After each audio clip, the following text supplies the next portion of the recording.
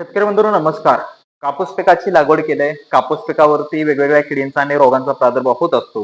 आणि मोस्टली कापसावरती आपल्याला जास्त प्रमाणात रस शोषक या किडीचा प्रादुर्भाव होत असतो.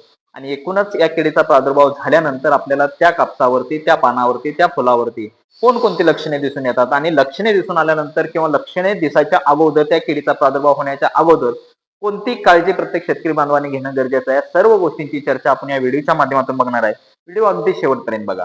आता तसं पाहायला गेलं कापूस हे पीक असताना आपण त्या ठिकाणी नगदी पीक असं म्हणत असतो. साधारण हे कापूस पीक घेत असताना मोस्टली आपल्याला जी रस शोषक कीड आहे त्या रस शोषक किडीमध्ये जे महत्वाचे मावा, तुडतुडे, पांढरी माशी आणि थ्रिप्स ह्या किडी आहेत. ह्या मुळातच असताना रस शोषक किडी आहेत आणि ह्या किडींचा प्रादुर्भाव होत असतो. आणि ह्या किडींचा प्रादुर्भाव झाल्यानंतर मोस्टली आपल्या झाडावरच्या पानावरती, फुलावरती, फळावरती वेगवेगळ्या प्रकारची लक्षणे आपल्याला दिसून येतात.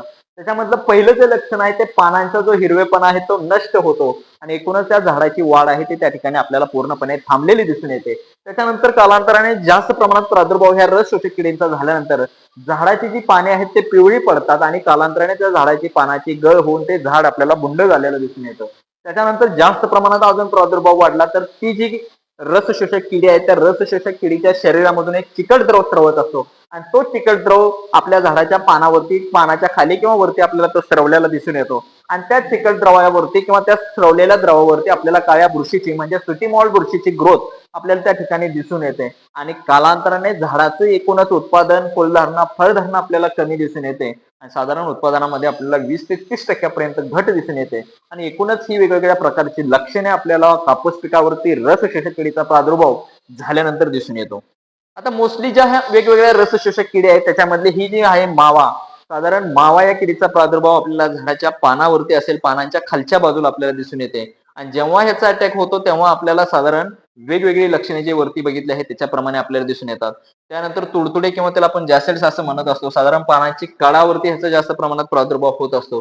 पांढरी माशी आहेत ते पानाच्या खालच्या बाजूवरती जास्त प्रमाणात याचा प्रादुर्भाव होत असतो. आणि जे थ्रिप्स आहेत ते साधारण रुपेरी किंवा करडी रेषा ते आपल्याला साधारण त्या झाडावरती किंवा त्या झाडाच्या पानावरती आपल्याला स्क्रॅच पडलेले दिसून येतात. तर एकूणच आपल्याला हे वेगवेगळ्या किडी ज्या रस शोषक किडी आहेत त्यांची आपल्याला प्रादुर्भाव झाल्यानंतर लक्षणे त्या ठिकाणी दिसतात.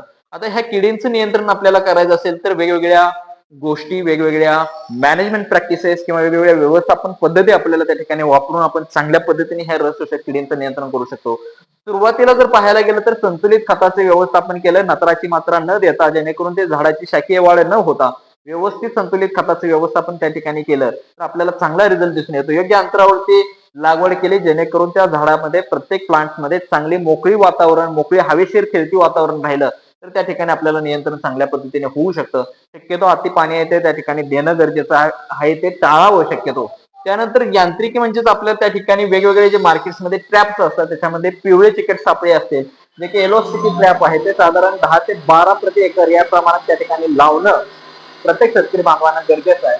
त्याच्यानंतर जैविक उपायामध्ये पाहायला गेलं तर ज्या जे वेगवेगळे जैविक औषध आहेत त्या जैविक औषधांचा वापर करून चांगल्या पद्धतीने आपण त्या किडींचं नियंत्रण करू शकतो. त्याच्यामध्ये बिवेरिया बॅसिना जे आहे ते साधारण 5 ग्राम प्रति लिटर पाण्यामध्ये मिक्स करून चांगल्या पद्धतीने रिझल्ट घेऊ शकतो. त्याच्यानंतर व्हर्टिसिलियम मॅकॅनिक ते 5 ग्राम प्रति लिटर पाण्यामध्ये मिक्स करून चांगल्या पद्धतीने रिझल्ट होऊ शकतो. आणि रासायनिक पद्धतीने जर विचार करायला गेला तर मार्केटमध्ये जे इमिडाक्लोप्रिड साधारण 17.8% तीव्रतेचं आहे ते 0.3 मिली प्रति लिटर पाण्यासाठी वापरायचं आहे. थायोमेथाक्साम 25% वेटेबल ब्रँडेड जे आहे ते 0.25 ग्राम प्रति लिटर पाण्यासाठी वापरायचं आहे. ऍसिटामाप्रिड जे आहे ते 20% तीव्रतेचं साधारण 0.25 ग्राम प्रति लिटर पाण्यासाठी वापरायचं आहे. किंवा स्पायरोटेट्रामॅट जे आहे ते 0.5 मिली प्रति लिटर पाण्यासाठी आणि सल्फोक्सॅफ्लोर आहे ते साधारण 0.3 मिली प्रति लिटर पाण्यासाठी वापरायचं आहे. आणि एकूणच या वेगवेगळ्या पद्धतींचा वापर करून चांगल्या पद्धतीने आपण कापूस या पिकावरती येणाऱ्या रसशोषक किडींचं चांगल्या पद्धतीने नियंत्रण करू शकतो. आता शक्यतो ह्या झाडांच्या वरती किडीचा प्रादुर्भाव झाल्यानंतर पानाच्या खालच्या बाजूस शक्यतो फवारणी करणे शक्य झालं तर खालच्या बाजूस फवारणी करावं. का तर मोस्टली ह्या ज्या किड्या आहेत त्या झाडाच्या खालच्या पानाच्या वॉयजामध्ये जास्त प्रमाणात वास्तव्य करत असतात. त्यानंतर स्टिकर आणि स्प्रेडर वापरत असताना साधारण 0.5 मिली प्रति लिटर पाण्यासाठी वापरायचं आहे. त्यानंतर प्रादुर्भावाच्या अगदी सुरुवातीपासून ते शेवटपर्यंत व्यवस्थित नियोजन केलं तर ह्या रस शोषक किडींचा आपल्याला त्या ठिकाणी चांगला रिझल्ट आपल्याला दिसून येतो. आणि शक्यतो फवारणी करत असताना फवारणीसाठी वेगवेगळे काळजी घेणं गरजेचं असतं. त्याच्यामध्ये वाऱ्याचा वेग किती आहे बघायचा, शक्यतो सकाळी किंवा संध्याकाळी फवारणीचं नियोजन करायचं. औषधाची शक्यतो दिलेल्या शिफारशीमधलीच मात्रा त्या ठिकाणी घ्यायचा आहे. साधारण फवारणीनंतर शक्यतो लगेच पाऊस येऊ नये, साधारण 7 ते 8 तास मध्ये पाऊस येऊ नये याची काळजी प्रत्येक शेतकरी बांधवांनी घेणं गरजेचं आहे. तर एकूणच सर्व शेतकरी बांधवांना हा व्हिडिओ कसा वाटला कमेंटच्या माध्यमातून जरूर सांगा. ज्याही शेतकरी बांधवांनी अजूनही आपल्या इन्स्टा, युट्यूब आणि फेसबुकला लाईक, शेअर आणि सबस्क्राईब केलं नसेल तर त्या शेतकरी बांधवांनी जरूर करावे. धन्यवाद.